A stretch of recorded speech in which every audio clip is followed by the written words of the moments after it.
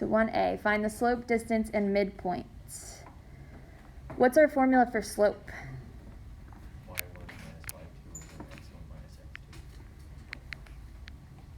y1 minus y2 over x2 minus x1.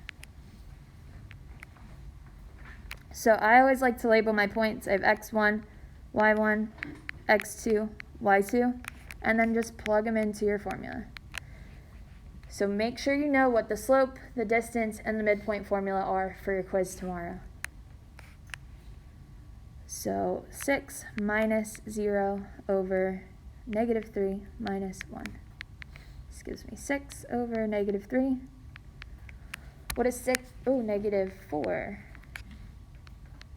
What does 6 over negative 4 simplify to? Negative 3 over 2. So that's my slope. What's my distance formula? Square root of x2 minus x squared plus y2 minus y squared. Awesome. x2 minus x1 squared plus y2 minus y1 squared. Oh wait, are we gonna have double class grade for the quiz? So again, we just plug in x1, y1, x2, y2. So I have negative 3 minus 1 squared plus 6 minus 0 squared. So this would be negative 4 squared plus 6 squared. What's negative 4 squared? 16, positive 16. And then 6 squared would be 36. 16 plus 36? 52. And then you have to leave your answer in simplest radical form. So how can I make sure that this is simplest radical form? 2 and 13. Awesome. My two factors of 52? There's 2 and 26. 2 and 26. And 26 is 2 and 13. You can't break down 13 anymore. Do I have any pairs? Pair of 2s. So what comes to the outside? 2. And what stays on the inside? 13.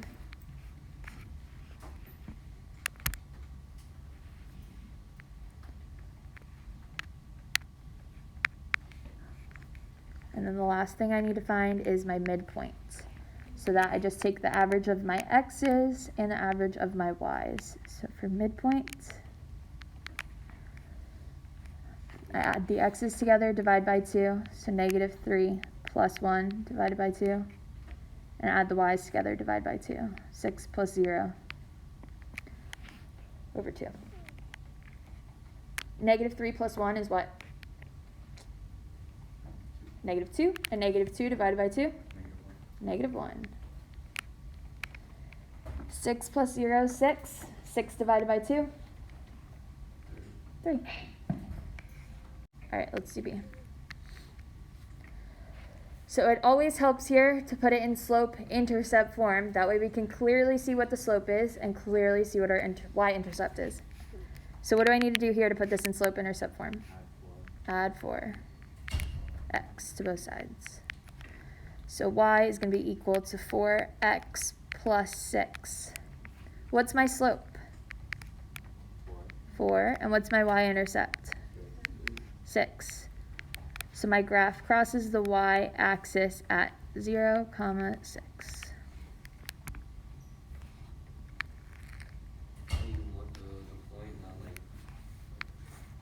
All right, next we have to graph it. So I cross the y-axis at 0, 6. So stay at 0, go up 6. That's going to be my first point.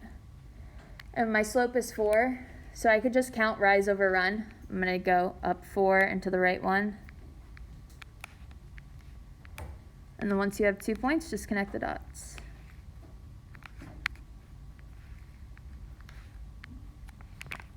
There's my line.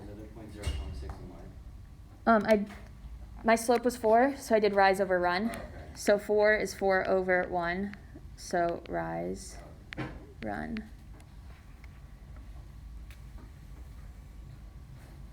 Remember, if your slope is positive, your line's going to be increasing. If your slope is negative, your line will be decreasing. Any questions on this one? Super.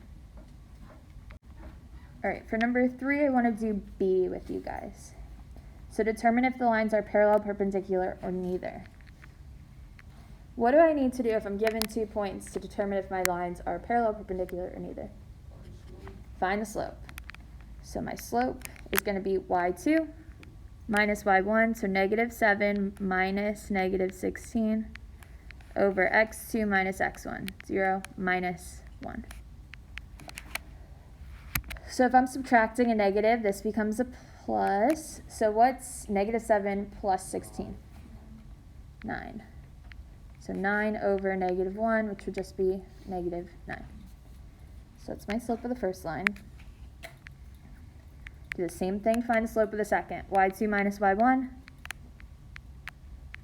over x2 minus x1. So this would be negative 1 minus 1. 11 minus negative 7, this becomes a plus, so this would be 18. Negative 1 minus 1, negative 2. 18 over negative 2 simplifies to negative 9. So are my lines parallel, perpendicular, or neither? Parallel.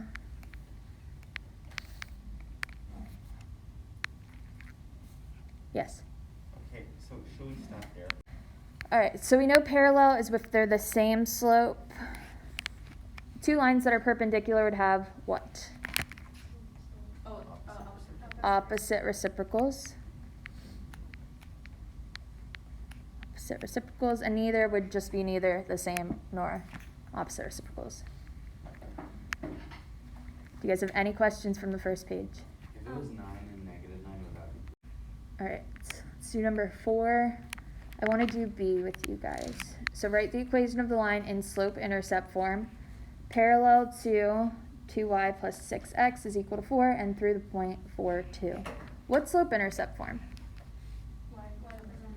Y is equal to mx plus b. So what should I do first for B? Put in like slope-intercept form. Put the equation that it gives me in slope-intercept form, and why do I need to do that? So you can see the slope. So I can see the slope. Awesome. So I'm going to subtract the 6x to the other side. So 2y is equal to negative 6x plus 4.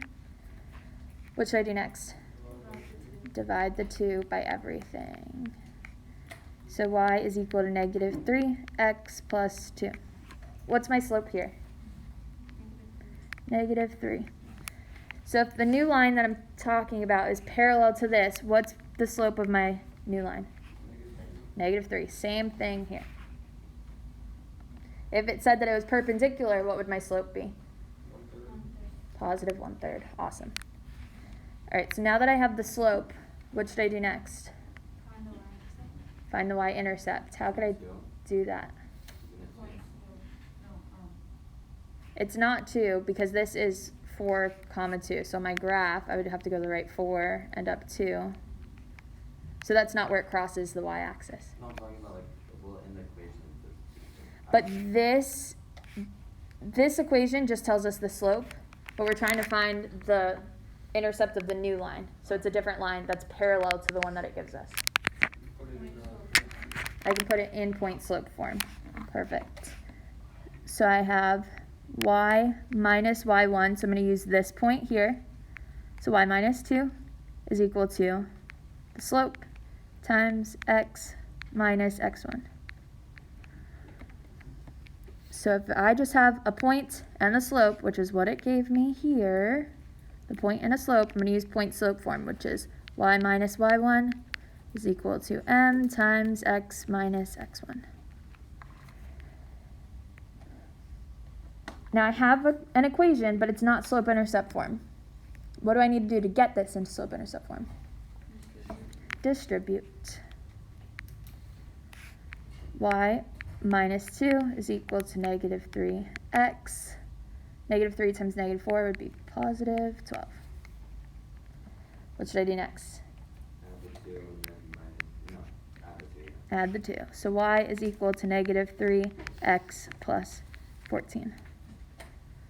Is this slope-intercept form? Yep. So that is my equation of the line. Are we gonna have to turn in this, like we're doing?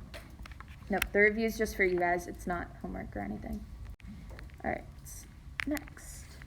State the domain, range, and intervals of increase, decreasing, and constant. So let's look at A. So for my domain, I start all the way to the left and go to the right. What do you think my domain of this would be? Negative infinity. So start at negative infinity because this arrow is pointing to the left. To what? 4. What happens here at 1? Oh, it stops. My graph stops. I don't have a point there at 1. It's not like one of these is a closed circle. They're both open. So at 1, I have a hole. So it goes from negative infinity to 1. My graph doesn't exist at 1, so then it goes from 1 to 4. There's 2. There can be 2 domains. Yes, you can put a U. Right. I need a bracket for 4. Because 4 is included in the graph.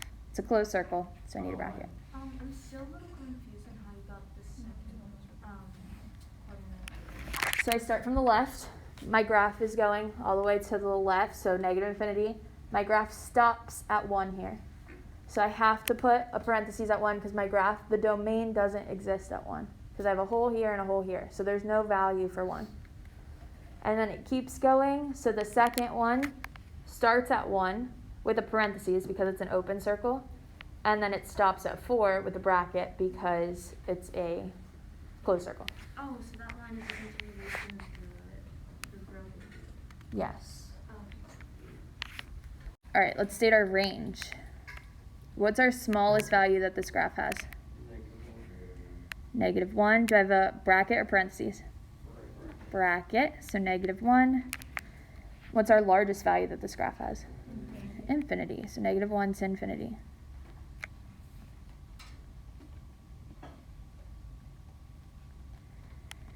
Any questions there? Do we have to write no constant? For constant, just put none. What's my interval for increasing here? Where's my graph increasing?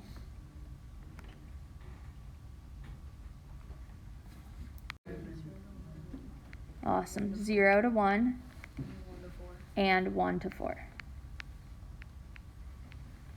And I need those 2 intervals because my graph doesn't exist at 1. And then what's an interval for decreasing? Couldn't the 0 to 1 be decreasing? Negative infinity to 0. Negative infinity to 0. So from 0 to 1, if I'm walking from left to right, from 0 to 1, I'm walking uphill. So it's increasing. So decreasing would be negative infinity to 0. Awesome. And is it constant anywhere? No. So none.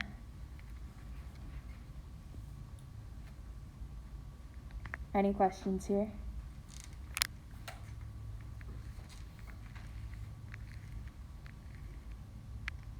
All right, which other one do you guys want to see from this section? C? All right, let's find our domain. What do you think our domain is here? So domain is x values. All real numbers. Negative infinity to infinity. What's our range? All real numbers again. Negative infinity to infinity.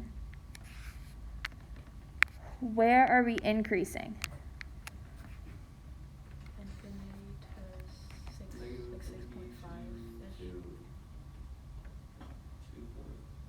2 So start with the smallest number, so negative infinity. Because this is going to the left, so negative infinity. And then we're only looking at x values. So negative 1.5-ish. So you always use negative infinity, positive, and then their arrows. showing their arrows, yeah. And then anywhere else that we're increasing? 3 to infinity. 3 to infinity. And then where are we decreasing? Negative 1.5 to 3. -1.5 to 3. Awesome. Are we constant anywhere? No. No. They used to know. Yes. All right, let's go to the next page.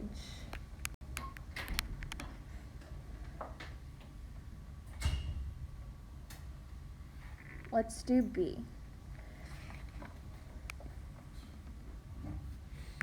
So starting with my first piece, I have a constant 0 from -5 to 2. So when I plug in -5, what do I get for y? 0. Do I have an open or closed circle at -5? Closed circle. So let's go to the left to -5 and stay on 0.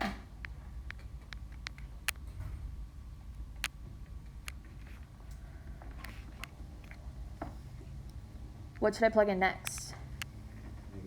-2. What do I get when I plug in -2? 0. So I have an open or closed circle here? Open. So I go to the left to -2 and stay on 0 and have an open circle.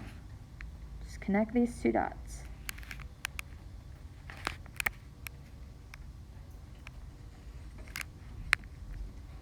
Let's go to the second piece. What should I plug in first?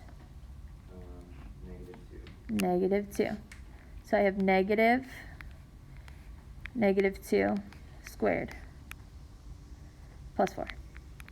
-2 squared would be 4. There's a negative on the outside, so it's -4 plus 4, which would be 0. So I plugged in -2 and got 0. So I have an open or closed circle at this point?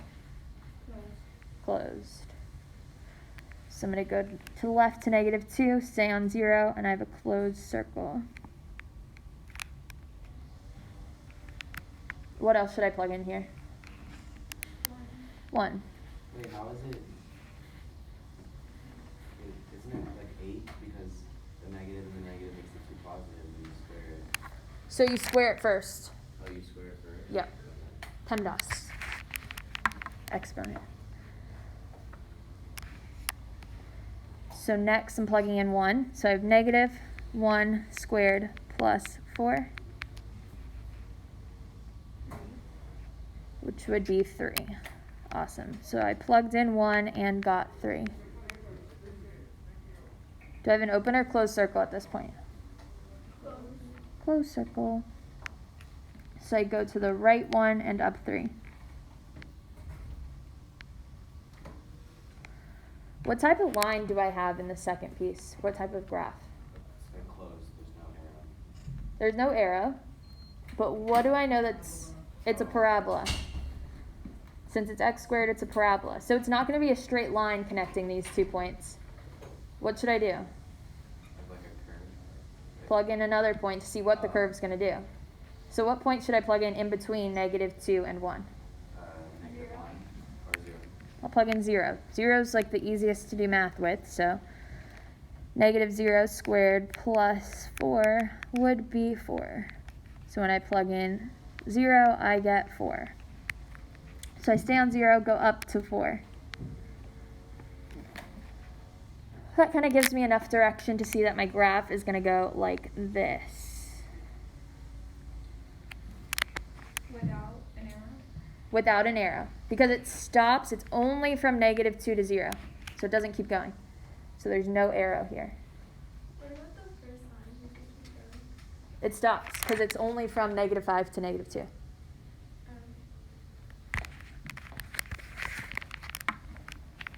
Yes, go ahead. Ready for the third piece? What should I plug in first? 2. So I have -2 plus 3, which would be 1. So I plugged in 2 and got 1. Do I have an open or closed circle here? Open. So I go to the right 2 and up 1, and I have an open circle. What else should I plug in?